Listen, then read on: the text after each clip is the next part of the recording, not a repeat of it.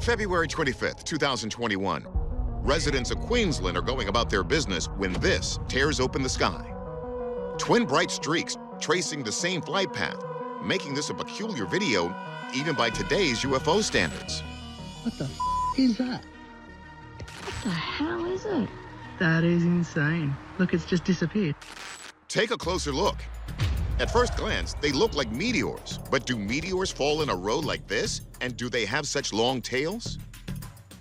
Hundreds report seeing these streaking objects, and some suspect they are somehow connected to a secret base almost 1,000 miles away.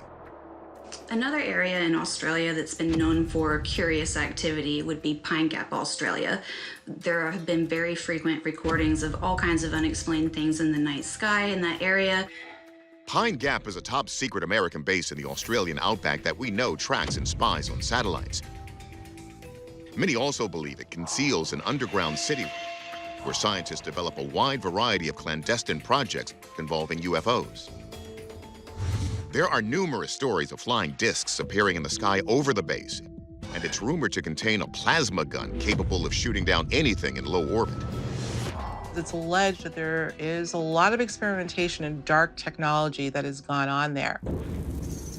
Construction at Pine Gap started in 1966, the height of the Cold War, so it's often referred to as Australia's Area 51.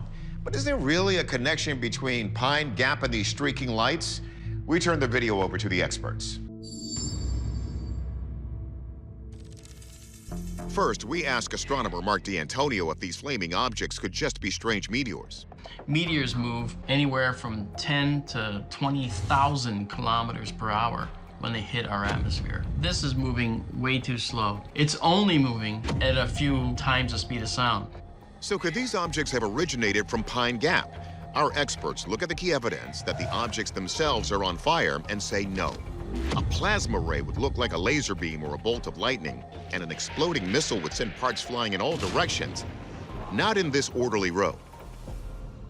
So could they be UFOs? If so, NASA's Bob Anderson says an advanced civilization would be unlikely to construct spacecraft that crossed a galaxy only to burn up on arrival.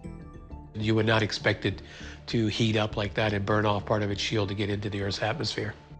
Of course, not everything in the sky is a meteor, UFO, or secret weapon. This is sort of the characteristic of a re-entering piece of space debris of some kind. The lightweight materials burn up and fall away first, and the heavy materials like the engines, those continue for quite some time. D'Antonio thinks another big clue is the specific location of the sighting. To the right of Australia in the Pacific is a location that's called the satellite graveyard. And when satellites are purposefully deorbited to crash back to Earth, they're deorbited into this one spot in the ocean. In fact, Australia is sandwiched between two areas where most satellites are deliberately crashed. More than 300 spacecraft have broken up and dropped there. They are the most remote regions of the ocean and farthest from populated areas. When D'Antonio digs deeper, he finds this object might be an especially big piece of space junk that's separated into these pieces upon re-entry. What this turned out to be was a Chinese Long March that was sent to the satellite graveyard in the ocean. China's Long March rocket has a massive booster measuring 35 feet long and 9 feet wide.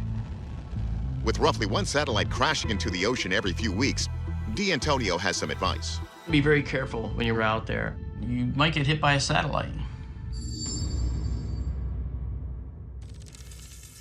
Okay, joking aside, we're going to agree with D'Antonio and call this one space junk, an expired Chinese rocket. NASA has recently scolded the Chinese for what it considers irresponsible behavior in the disposal of expired space equipment.